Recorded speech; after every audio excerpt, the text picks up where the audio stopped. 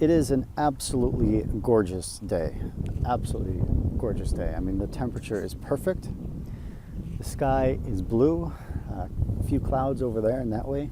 Sun is, behind me, hiding, peeking out through the trees. Maybe you hear some birds chirping. There's a breeze, soft breeze blowing. Hope it doesn't make too much noise for you. And what you definitely cannot tell through the video is there's a perfect scent of freshly cut grass. It's just perfect. I'm really glad that I came out of the office to record this video, because otherwise I'd be sitting at the desk at the computer for hours more and missed all this. So it's really something. So what I was thinking about, and I really want to talk about with you, is how we get in our own way. Like, we all get in our own way. We are our own worst enemies. Like, I don't have a bigger enemy than myself. You don't have a bigger enemy than yourself, a bigger obstacle than yourself, a bigger bottleneck than yourself. We are it. And of course it works both ways. It works for a positive and it works for the negative. And people are always looking for, what we do is we work with consultants, small firms, coaches, and so on, agencies, to create a consistent flow of great clients. Without a lot of the common high online funnel and so on that really overwhelms lots of people. It's not right for everybody. So a lot of times people are stuck with getting clients, and they hit the wall and they think, well, I must not know enough. They go off looking for more information. And what I came to notice, and what I've been sharing over the years, is that you, in all likelihood, you know enough. What you need is to get better at thinking, at feeling, and at working. You need to get better at how you're thinking about things, the emotion that you're feeling, the state that you're in, and then how you're implementing and working. And when you can master those things, that's when you really start to change. That's when things really start to add up for you. All that hard work starts to add up to a consistent flow of great clients. I sat down last night. I was writing in my journal, and I like the old paper and pen. This is how I like to think. One of the ways. Also do a little meditation, but I started writing out. There are two types of thoughts, right? At least two. There's thoughts that produce anxiety and thoughts that produce confidence. And we, of course, have to be thinking more of those thoughts that produce confidence. Inside all of us, we have the inner conflict. We're being pulled in at least two directions, maybe more. And on the one hand, we have this inner knowing. There's this sense that you have that you're capable of so much more, that you could be going and achieving so much more. You have that sense. And on the other hand, you have the self-doubt, all the doubts, the questions. Well, what if this goes wrong? Or what if that goes wrong? And so on. And that just creates this tug of war. And we often, we do the things we need to do just to stay kind of in our comfort zone, to stay where we are. I think that what we, by learning to think better and to feel better, better state, and then to work better, that's where we start to get where we want to go. So one of the things that really helps you learn to think better is to do a little simple exercise like I did for myself yesterday, and I'm just going to share some of this with you.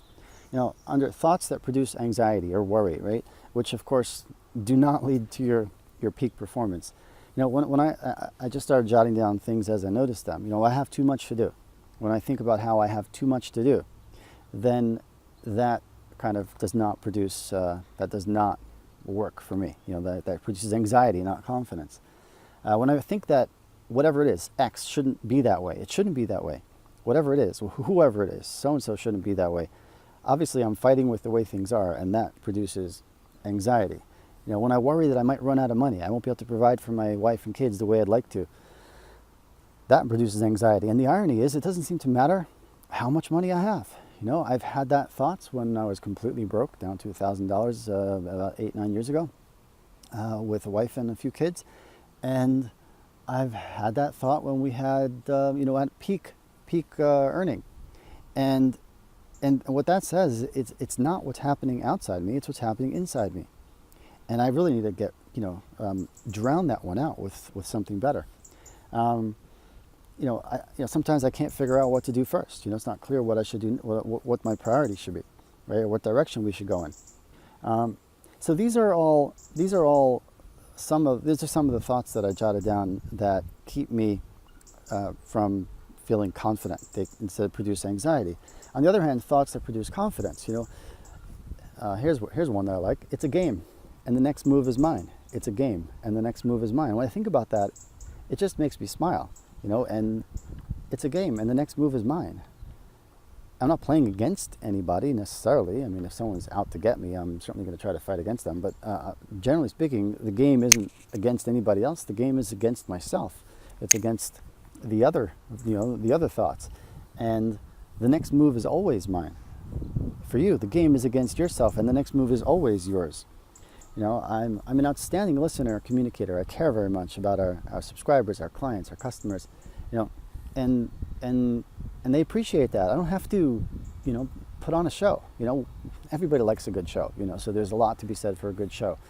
But if it's not who I feel that I need to be, sometimes there's that tension. Like there are other people out there putting on a much better, much bigger, much better, grander show. But I think the people that I'm best with are people who are looking for me, and I don't have to put on that show that someone else is putting on. So I have to remind myself of this. The other thing also is that when I remember that challenges are really a gift from God, that's how I see it. You can, of course, you'll see it how you see it.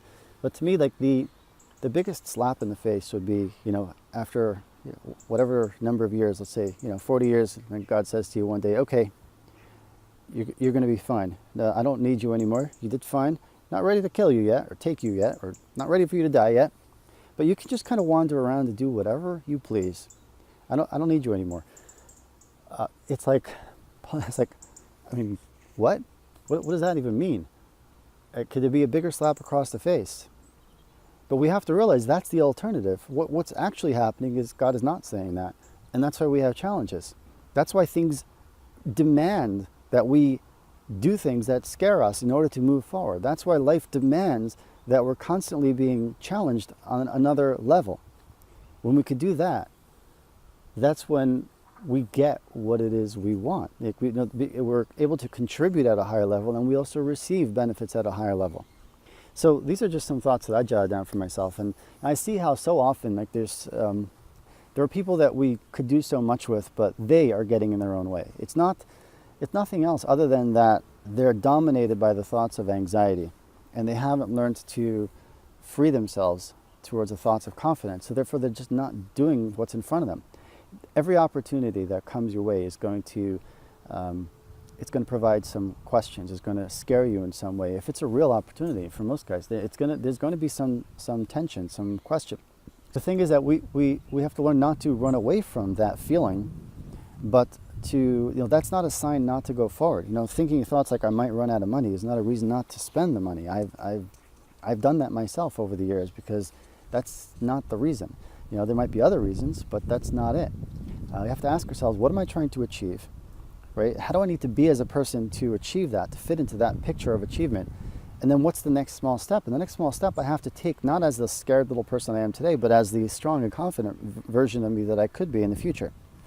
And when you do that, that's when you find yourself putting one foot in front of the other and getting somewhere, because instead of being overwhelmed by all the things that could go wrong, you realize it's a game and the next step is mine. Before I go, I just want to mention that there's something new that we're doing, and I'm calling it You, a Force to be Reckoned With. Because if you think about this, it's the mindset, the mental toughness, being clear about, these true thoughts as opposed to the ones that are the illusion is critical.